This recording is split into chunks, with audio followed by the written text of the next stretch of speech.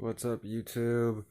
I know I haven't done a video in a while, but I need to do one, so I figured I'd catch one while I was finishing this one. This is one of our 125 race bikes, which is probably a 110. I'm guessing. I haven't torn into the motor, and that's why I'm saying it's a 110. I'll explain later, but it's supposed to be a 125. I just did the body on it. It was junk, so I did the body.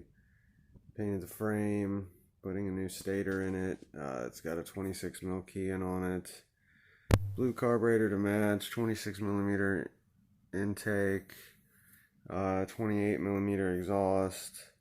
It's got a quick throttle, and straight through exhaust. I had a muffler laying around, so I figured I'd reuse it.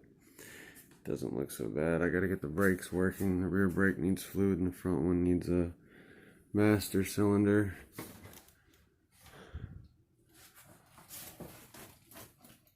So I just wanted to give it a little look over. It's kind of hard to see in here doing these bikes inside.